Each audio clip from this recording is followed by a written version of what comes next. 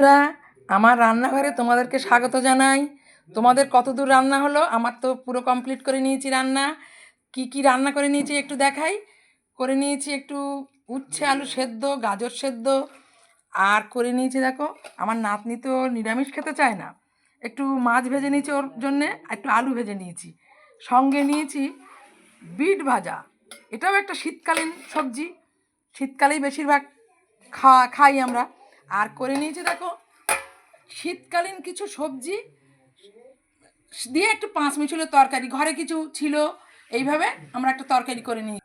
রাঙালু, ফুলকপি, কুমড়ো, এইসব শীতকালীন যেসব সবজি, এইসব দিয়ে একটা নিরামিষ তরকারি করে নিয়েছি। আর নিয়েছি দেখো পেঁপে দিয়ে, উচ্ছে দিয়ে মুসুরির ডাল। অনেক দিন ডাল করা হয় না, একটু ডাল করলাম।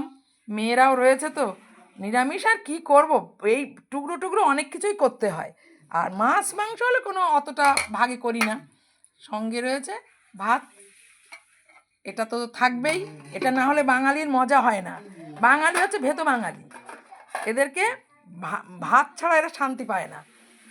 তাহলে চলো, তোমরাও খাওয়া দাওয়া করো, ভালো থাকো, বাই।